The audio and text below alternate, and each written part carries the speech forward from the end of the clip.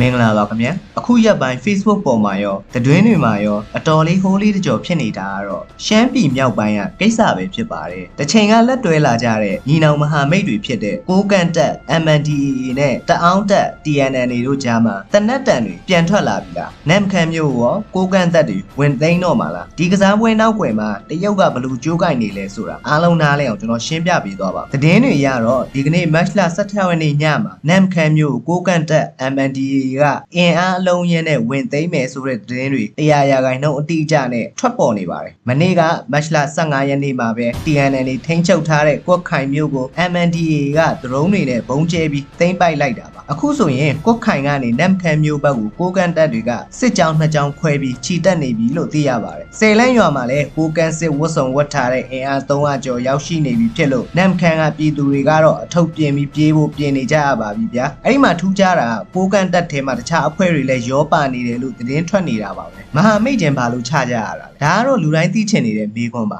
139ခွန်စစ်စင်ရင်တုန်းကတော့အတူတူတိုက်ခဲ့ကြပြီးအခုမှဘာလို့ပြန်တိုက်နေကြတာလဲလေးလာသူတွေပြောတာကတော့နေမီလူပွဲပါပဲကွက်ခိုင်မှာ MNDAA တက်ဆင်ထားတဲ့ CCTV တွေကို TNLA ဘက်ကဖြုတ်လိုက်ရတာနဲ့ပြဿနာစတာလို့ဆိုပါတယ်ဒါပေမဲ့နောက်ပွဲမှာတော့ပိုကြီးတဲ့အကြောင်းရင်းရှိပါတယ်အဲ့ဒါကတော့ပြည်တော်စုလမ်းမကြီးပါပဲတရုတ်နဲ့ကုံသွယ်လို့ရတဲ့လမ်းမကြီးကိုတစ်ဖွဲ့တည်းကအပိုင်စီးကျင်တာရဲ့လမ်းကြောင်းပွင့်သွားဖို့တရုတ်ကဖိအားပေးတာရဲ့အကြောင်းလို့ယူဆရပါတယ်အခုဆိုရင် MNDAA ကကွတ်ခိုင်ကိုသိမ်းပြီးတာနဲ့တိန်နီးကွတ်ခိုင်လမ်းကိုချက်ချင်းပြန်ဖွင့်ပေးလိုက်တာကတက်သေးပါပဲတရုတ်ရဲ့ကစားကွက်နဲ့ရှမ်းမြောက်ရဲ့ကံကြမ္မာဒီနေရာမှာတရုတ်ရဲ့အခန်းကဏ္ဍကအရေးကြီးလာပါတယ်တရုတ်ကသူ့ရဲ့နယ်စပ်ကုံသွယ်ရေးလမ်းကြောင်းတွေပြန်ပွင့်ဖို့အတွက်စစ်ကောင်စီကမလုပ်ပေးနိုင်တော့ MNDAA ကိုတာဝန်ပေးလိုက်ပုံရတယ်လို့နိုင်ငံရေးသမားတွေကသုံးသပ်ကြပါတယ် TNLA ပြီးရင် KIA နဲ့ AA တပ်တွေရှိတဲ့လမ်းပိုင်းတွေကိုပါ MNDAA ကလိုက်ဖယ်ခိုင်းမဲ့အခြေအနေရှိနေပါတယ်တချို့ကလည်းဒါဟာတရုတ်က MNDAA ကိုသုံးပြီးသူ့နယ်စပ်မှာ sub state လို့ခေါ်တဲ့ကိုပိုင်ပြည်နယ်ငယ်လေးတစ်ခုတည်ဆောက်ဖို့မီးစိမ်းပြလိုက်တာလားလို့စိုးရိမ်နေကြပါတယ်အခုလိုညီနောင်ချင်းချင်းပြန်ချနေတာကိုတော်လှန်ရေးအင်အားစုတွေဖြစ်ကြတဲ့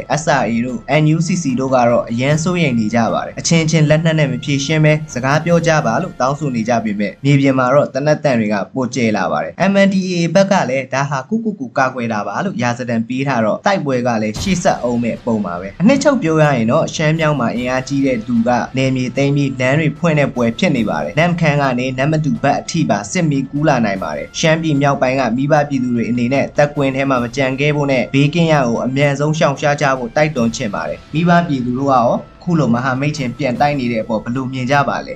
တရုတ်ရဲ့ကြိုးကင်မှုကတော်လန်ရေးပေါ်ဘလို့တက်ရောက်သွားမလဲကွန်မန့်မှာဝင်ရောက်ဆွေးနွေးပေးကြပါအောင်ခင်ဗျာအခုလိုထူးခြားတဲ့စစ်ရေးနိုင်ငံရေးသတင်းတွေကိုအမြဲနားထောင်နေရင်တော့ကျွန်တော်တို့ရဲ့ channel ကို subscribe လုပ်ထားဖို့မမေ့နဲ့အောင်နော်အားလုံးပဲဘေးကင်းကြပါစေခင်ဗျာ